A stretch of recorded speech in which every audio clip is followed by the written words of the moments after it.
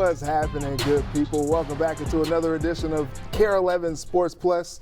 That's Juju, Julia Daniels, Reggie Wilson here, hanging out, talking a little sports with you on a Wednesday. So, Julia, let's get into it. I was at the Wild game last night, and it was nuts. Yeah. It was nuts. It was just adulation from the fans. It was so funny. Adulation. Yes, you like that? Yeah. It was so funny because I was working solo last night, and so I was a little delayed getting to the X. And so I got there during overtime. I walk in, I look up at the screen, Boldy skating, bam, goal, game over. Everybody's like, oh my God, Reggie, and I'm like, you know. And so, so it was pure chaos. And Wait, what were they doing again? And so it was so funny because they had all these attendants with these boxes and boxes and boxes of posters rolled up. And they were handing them out. Yeah, fans like, yeah, playoffs, bam, bam. I just talked to a lady. I was like, okay, so what would have happened if they had have lost tonight or if they didn't clinch a playoff Burn spot? them. And she was like, burn them all. she was like, we would have given them away anyway. Oh. I mean, it had to be like 100 boxes or more of these posters. What did the rolled poster up. have on it?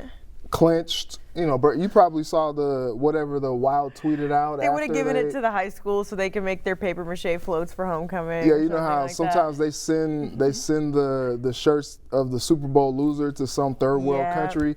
They just gave them to the fans. They're like, look, just act like they clinched the playoff berth if it didn't happen. But it did happen. It did happen, and it was a crazy game because I think it was a little bit of Bomani Jones will say a little bit of lemon booty in that game because it was 1-1 for all the second period. No one scored a goal.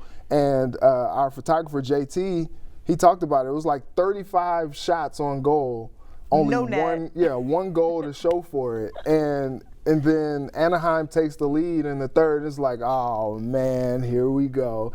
And then as the game is kind of like going down to the wire, Jeek, shout out to our Swedish guy, Swedish Joe Burrow, I like to call him. He puts one in the net, and it's like, boom, overtime, they clinched. It could have ended there. But no, Boldy was like, no, we don't just, we're not doing the bare minimum. We're going to go ahead and score the goal to win the game as well and punch our ticket as the 7th seed to go to Vegas. So what was your thoughts? I know our group chat was a wild place, considering everybody's like, oh, it's over. And then, playoffs. Wait a minute. I think it's funny. I think the last game that I went to was a Sharks game, and right when I walked in the building, Brock Faber scored. Yeah. And then that game went to overtime too. Something about KARE being in the building. Do you want us there or do you not? I mean, they won both games, but do you want that overtime finish or do you want to just get business done during regulation? Just do it, right? Regulation. So I don't know what kind of luck we're bringing, if any. Real quick. I just want to pull the veil back. Everybody loves overtime. Sports people do not love overtime because that makes our life chaos. Not when you're on a clock. When we're on a deadline, it's like everybody's like, "Yay, overtime!" We're like, overtime. "Great!" Now you're sitting here and you're watching a monitor and you're sitting here and staring at the camera, trying to watching a update monitor, your scripts. You're like making sure, looking at your watch. And our luck in the KARE 11 Sports Department is not just with games, with drafts, with trades. It always happens right when the show is starting. So the Vikings, for the first 2 years that I were here, would always pick during the first round of the draft at like 6:03, and we have a top of the show hit. And so then all of a sudden, your news is not your news show. The show's going on time, but what you said is now dated. I remember my first Vikings draft. It was Kwesi Adolfo-Mensah's first draft as GM. He had 14. I'm like, cool, they get 14. I can craft my scripts together and get it all out of the way, and all that is great. He traded back to the very last pick of the draft, and he literally, the Vikings picked as my sportscast hit. Yep. So I'm talking in real time. I hadn't even heard of the guy before. He wasn't even on my radar at the time, Louis Cine. I think I called him Louis Cine. I didn't know that was his name, what his name was at the time. It was literally happening as I was talking to people on TV. Yeah. Yeah, but that's an aside. Anyways, back to hockey. Go ahead. My thoughts on, obviously, crazy game. Yeah. Wild to clinch their playoff spot. If you go online and you look up anything about this matchup with Vegas, there's so many articles writing to Vegas, they got this in the bag. It's done. They've got this. They're clearly more successful in the postseason than the Wild are. They've had a better season, Newer this, that, and the team, other. too, Obviously, yeah, I mean, the Wild are 0-3 versus the Golden Knights. But the thing that maybe mainstream media is not looking at, which they should because that's their job, is this Wild team is getting back to the healthy roster that they had when they were the best team in hockey. So I think they're going in as an underdog, and I truly think that we're going to be pleasantly surprised by how this team performs against Vegas. I think that there is hope to be had, and I think they are on an incline of how well they're playing right now. They're on a progression of getting back to the hockey that they're playing, and you know what? They may have enough time to get there with this series that's coming up. So they got don't write them off. Got a little bit of time to gel with having their full complement of guys back. And it looked like how it probably should look. There's some rust there. There's some moments of like, oh, there's that team, with Eck and, that first game back that you went to against the Sharks. You had 4 goals from Eck and Kirill scores the game winner. You're like, oh, man, they're back. And then the games following, And it's put just like. Zeev in. Come on. Well, we want to see him. Well, it might be too early for that. But they get the job done against Anaheim on Tuesday night. Here's John Hynes about the victory. It took some competitive stamina for us to be able to get it, obviously, with the 82nd game and 20 seconds left in the game. But, I think that's it was good. I'm really happy for the guys. We've battled, hard throughout the year. Another hard-fought game tonight. Found a way to win it, and now we get a chance to compete for the Stanley Cup. Now they got a chance to compete for the Stanley Cup. And I know, look, since I've been here, I've seen the Wild go to the playoffs, get that first round exit, miss the playoffs. I think fans are just like, I don't know. The games that they've played against the Golden Knights this year haven't been pretty. They've been pretty lopsided. Yeah. But it's the playoffs. Anything can happen. And what better year to get the monkey off the back and get out of the first round than this year? Yeah. Oh, no, I agree. And also, if you think about just the way that Wild fans felt to start the season, that is when, they had this faith for these guys and they were all healthy. And I think you can get back to that. You have Kirill, you have Joel Eriksson Ek back. Yeah. I think it's just not a team to be written off quite yet, and I think that it's to be seen. And honestly, I have family that's diehard Wild fans, and they were really high on a Stanley Cup this year to start the season out. So, all right. I can dig it. All right, well, we'll be talking much more about the Wild throughout the course of this playoff series.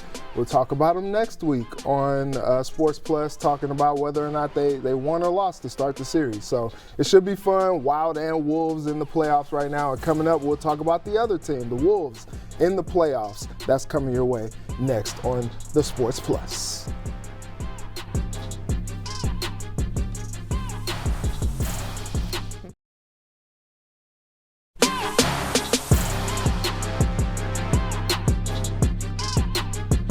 Welcome back. All right, so we got to get into this Wolves talk. The Wolves are playing my Lakers. yeah, sorry, Red. I talked about on the Timberwolves Extra on Sunday how my heart and my head are in conflict because my dad kind of put the love of the Lakers in my heart before he passed in 2004. And I've been a Lakers fan all throughout high school, college, staying up doing my homework, watching Kobe play on because the Lakers were always the late game on TNT. Yep. and I've seen multiple Lakers. I didn't start liking the Lakers until after Shaq, which is just kind of crazy. But nobody likes those, like, you know, nobody liked those Patriots teams that kept winning. Nobody liked the Kobe and Shaq years where they did the three-peat. Nobody liked those teams. Yeah, like, so it's not a bandwagon. Yeah, really. it really wasn't. I kind of surprised myself that I ended up liking the Lakers after that, but it was more so because after Shaq left, it was kind of like Kobe was like that dude. He was like, you know what? I could carry a team to a championship. I don't need Shaq. And I think I was intrigued by that, kind of like that underdog story, even though he's a superstar in the league. And so I became a Lakers fan. I endured some of those terrible years during the Kobe era, after the Kobe era, getting LeBron. And so now we're in a situation where the Lakers traded for Luka Doncic. LeBron, Luka, and Austin Reeves are their big three. Yep. Okay? But then, as I said on Sunday, this matchup, and I'm looking at the matchup predictor here, about 66% of ESPN, they believe that the Lakers will win. I looked at they had a playoff game predictor, and it was like 8 ESPN analysts who all said Lakers in either 5, 6, or 7. And I'm just like, dang. But if you look at the matchup, like I said, the big three of Luka, LeBron, and Austin Reeves. And Austin Reeves can ball. Like, he is taking it up a notch. But then you look at the Wolves, and I think you see a little bit more of a balanced team. But I also think you see a stronger team 1 through 8. Because at any given time, if you need to give, you know, Ant's the superstar here. And he has a good, if he's Batman, Julius Randle is Robin. He has a good Robin. Yep. But then when you can go and say, okay, if Ant needs a breather, we can put Dante, Nikhil, and Nas in. Yeah. Like, that is. And then they're going to go sink buckets. Like, there's basically no question asked. Those guys are buckets. But then also, you look at the size advantage. The Wolves are just bigger. When you can employ Rudy and Nas on the floor together, the Lakers don't have the bigs. They had to trade for Mark Williams at the deadline that fell through for Dalton Knecht, and Williams ended up going back to Charlotte. They needed that big. They needed that presence because I think Jackson Hayes is like a rim roller. You know, he's kind of similar offensively to what you get from Rudy, but on the defensive end, he's not Rudy. Right. And so that's the matchup that I'm looking at, is how are they going to match up when the Wolves go big? And so this is a very intriguing matchup. I actually think it's going to go 6 or 7. What do you think? No, I would say 6. Okay. I think that's what the common consensus is. But I think the Wolves have a shot here. I think it's the Lakers. Yeah. So, like, think of 2 years ago when the Lakers weren't great at all, and what are we still talking about? The Lakers, you know? But I think there's something to be said about, like you said, the depth of this Wolves team. Yeah. And also, I think, should Jaden McDaniels really get back to the offense that we saw him have a month and a half ago, that would be, I mean, how do you stop that at that point without having, and also the fact that the Wolves do have one of the best defenses in the league. Yes. True. They've gotten back to what they're characterized for, which is their defense. Yes. And so I think I don't write the Wolves off in this matchup at all. I think you have these huge names in Luka and LeBron, and maybe Austin Reeves isn't as big of a name necessarily next to those two, but he's well on his way, and he's getting that traction because he's with those two, right? People are never going to write off the Lakers, especially they're not going to write off a roster that has LeBron on it to begin with. Exactly. So and especially in a postseason series, but I think, you know, Ant's playing his best basketball. When I talked to Rudy on Sunday, was that Sunday? What did I talk? Yeah, it was Sunday. Sunday, yeah. I talked to him and he said they're playing their best basketball so far this season, but he was like, we've worked through so much already. We have not, I don't think we've scratched the surface as to where we could be going. I would agree. And we saw them not click for so long, and now all of a sudden they're figuring it out. Not all of a sudden, actually. That's not true. They've been working on this for a while. They've been working towards it. Yeah, but they also, had the long streak, and then they tripped up a little bit, stubbed their toe, and now they seem to be. And then Julius and Dante come back and things work out even better than we could have imagined, which you and I were both skeptical about that. And Ant's doing what Ant has been doing, and he's kind of coming into his own here. So. And that brings us to a good point that Mike Conley made about the maturation of Anthony Edwards that he wants to see happen in this series against the Lakers. I think there's no time better than right now. I think it's necessary for us to win, honestly. So if we're gonna have a chance to win the series, he's got to be that guy, and I think he can be and will be for us. So he's been locked in. Since we knew we were playing the Lakers, he was already texting the groups and getting us all ready and watching film and ready to go. Watching film, ready to go. And you were at Target Center on Sunday when they played the Jazz and beat them and, got their playoff seed there. And I heard in the locker room was like, we want the Lakers. And they got them. Well, and then also if you watch the Netflix series. They've really been building that up. They have been. I can't wait to see. It's not necessarily a matchup with LeBron, but you can't wait to see the two. The guy that's on his way out from being the face of the league to the new face of the league, which we'll see how that works out. But it's going to be one to watch for sure. I mean, everybody says that, but this matchup in particular, even if I wasn't covering the Wolves, this would be the one that I'm most excited to watch out for in the first round of the playoffs. So we'll see how it pans out. But I don't think anyone's going to get swept, and I do think that we'll see 6 games. Oh, all right. Yeah, I think 6 or 7. I just think this is just an intriguing matchup. I say on this program every week, which Wolves team is going to show up. Can't be the first half team that we saw on Sunday. No. That's for sure. No, they got to get going earlier. And honestly, I think the Wolves, to your point, are the better defensive team. Luka's not known for his defense. He's going to have to be playing on this team. LeBron has been known for his defense, but he's not the type of player he's been. He kind of picks and chooses, his effort plays on defense, which is understandable for a guy who's 40 years old. But I think that's an advantage as well. The Lakers are more of an offensive team. I think they're one more superstar away from really being like, because LeBron is not at the age where he should have to shoulder a load. And Luka needs some help. He needs like legit rim runners and legit rim protectors so that he can kind of be like a free safety on defense, and then on offense he could play well into the pick and roll. So that's what they need. And I'm not sure if we're going to see – I think we saw the best of what Luka could be in the playoffs last year because they rode that all the way to the finals. Like him rim rolling with Derek Lively and your boy Daniel Gaffer, like that was nasty last year. They looked unstoppable going into the finals, but they met – even more of a juggernaut against the Celtics. And, Luka maybe could have hustled a little bit more, played a little bit better, but, maybe. But he carried the team. He did carry him, but I think they needed a little bit more around him in LA. So we'll see if that's enough to get them past the Wolves or not, but it should be a very, very fun series that I'm looking forward to seeing and covering, and we'll obviously have all of your coverage right here on KARE 11. We're sending Will Hall and our guy JT out there for games 1 and 2 to LA, and they're also going to hit the Wild, we just heard too. So they're going to have you covered this weekend for your coverage of Wild and Wolves. All right, coming up, there's a new superstar in the W, and her name is Paige Bueckers. Also, I keep tweeting it, but this is going to be a long season for the Twins, isn't it? We'll talk about it coming up.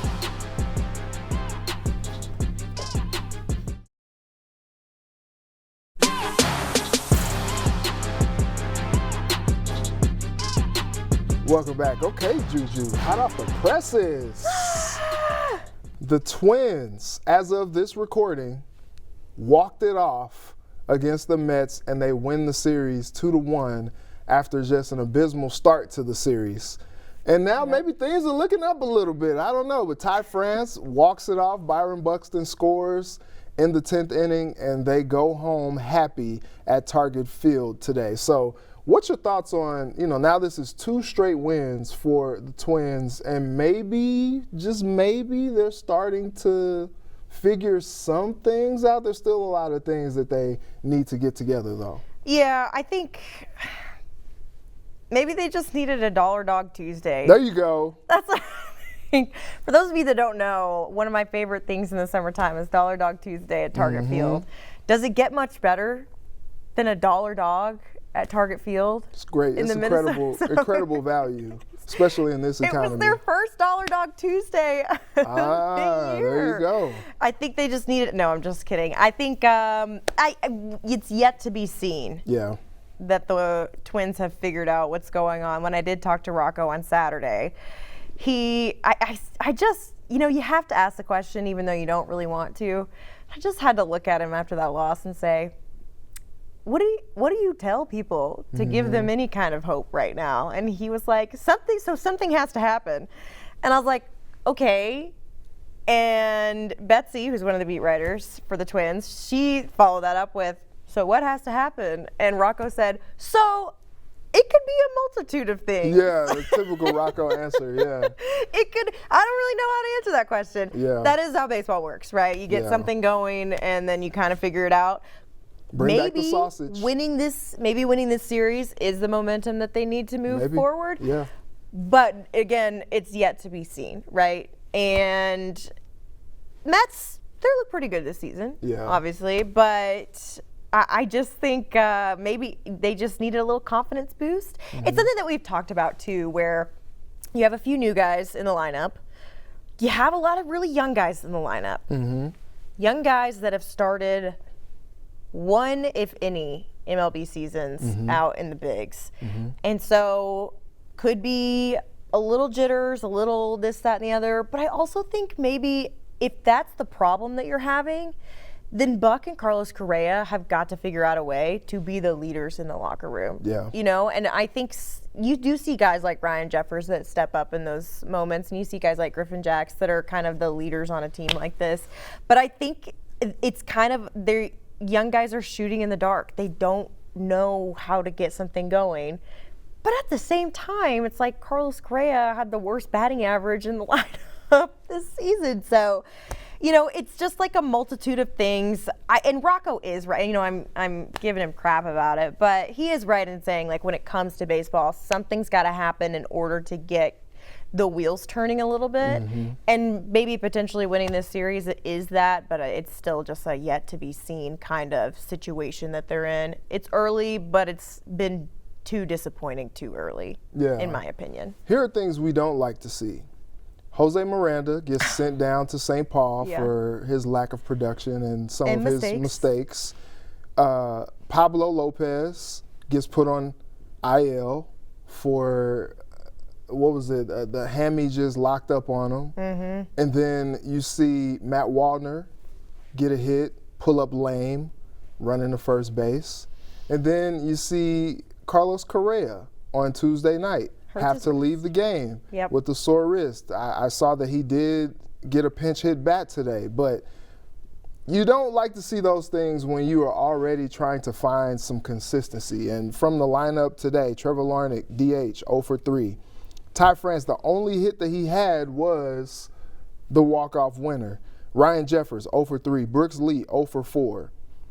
You just don't like to see that. I think they're trying to find – I think the Twins don't have an identity right now. They don't have something that you're like, okay, yeah, I mean, they're struggling in this area, but this At least part they have this. but we don't see that just yet. The pitching has had their struggles out of the gate.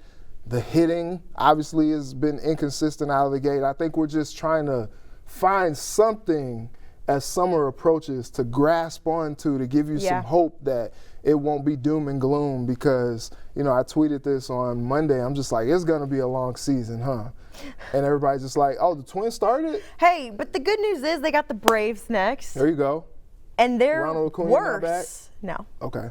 They're worse. They're 5-13 this season. So, you know what, Twins fans, you can get down on yourself. Beat them up. Well, I don't know. It's a different situation. Braves have a more recent World Series win, so there's that. But also, beat them down. They're just rough right now. Beat them down. So this is your opportunity to go to Atlanta, a little warmer climate. and maybe take advantage of a team that's struggling a little bit more than you are at the moment. Yeah. We'll TBD. see. TBD on the Twins, but what's not TBD, Paige Beckers is a superstar. And this week, on Monday, she was drafted #1 overall to the Dallas Wings. Yeah. And she talked about how excited she was for this now step up in her career. Super surreal, just like I've been talking about, just so grateful to be here. I don't want to take this for granted. I've been focusing a lot about being present and being where my feet are. So to be at this stage, to be here, to have a lot of my supporters here and people who've helped me get here, it just means everything to me. All right, so people in Dallas are going to love Paige Beckers. She is a superstar. And I don't know if you guys got a chance to see the story I got a chance to do with Gary Knox, who was the prophet back in 2013, tweeting out that she was going to be something like Diana Taurasi in the 6th grade. She's already a hooper to watch out for, and she has been checking off all the boxes. And Gary just keeps getting proved more and more right. Well, I did a story with him that aired on Monday. We'll post that full interview on KARE11.com so you can check that out because he was spot on. And I also have some numbers in the lottery I want him to play. But what are your thoughts about Paige Beckers now going to the next phase of her career, going to Dallas? You know what, Dallas? You lost Luka, but guess what? Yeah. You got Paige Beckers. Yeah. So there's a lot to be excited about. I am always so impressed by women basketball players because you win a national championship, and then a month later you're playing in the WNBA. Yeah. Get to it, Rook. The turnaround is crazy, but I Yeah. do think she's the type that can help carry a franchise. And I think it's about time that the Wings had somebody like that. I know. It's about, I mean, they've been waiting for a while. Get Enrique some help. She can't carry it all. And get some, we are so lucky and spoiled here having the Minnesota Lynx, such a loyal following of a fan base. Yeah. But it is exciting to see the Wings get somebody that's going to really bring people into the building as well, because people are going to pay to see Paige Beckers play. Yeah. And we're getting to that really wonderful time when it comes to women's basketball where they're getting traction like this. But here's the thing also that maybe I didn't even realize until I started covering a WNBA team. This is the most competitive league that there is in sports. Oh, yeah. It's the There's only most so many selective because there's only roster spots. Yeah. There's only so many spots to go into. So when people kind of dog on rookies when they come in, people did it to Caitlin Clark when she came in and said this, that, the other. It's going to take them a minute because Paige Beckers, she's an incredible basketball player. Is she going to go to the WNBA and be the best? No, she's not. Not right away. But It's I so think physical, right, too. and she's the type that I feel like can adjust and also rise to that occasion. Yeah, And we've seen it before with rookies too. I think people give Angel Reese a lot of hate too. Yeah. Give her a break. She's Yeah. going into one of the hardest leagues to compete in that there is. I mean, these teams draft players and then they don't make a roster that year. I know, it's crazy. That's how competitive that this league is. And so I think it's so exciting. I know we're moving towards a space where there is going to be more opportunity. Also, she signed a 3-year deal with Unrivaled. Yep. And that's going to get her paid more than a W is. Yeah. And she still has the NIL deals. right. And she's going to get more deals as well, especially being in a Dallas market too, which is something that I think maybe if you don't think about sports all the time, you're not necessarily thinking about. But being in a Dallas market, you're able to make a lot of money off of a basketball player there just because it's such a great city to do business in that way. I'm seeing in my future Paige Beckers, HEB, Paige Beckers, Kroger. Yeah. Yeah, it's going to happen. She's just so marketable. Everybody loves her. Everybody loves her. Shout out to Paige Beckers. We're definitely rooting for you. Maybe not in the first 2 games that they play. They start against the Lynx, and then Paige gets a chance to come home against the Lynx for their home opener. So really cool experience for Paige just to start out in her WNBA career. All right, well, that's all for us this week on KARE 11 Sports Plus. That's Juju. I'm Reggie. Thanks for tuning in. We'll see you next week.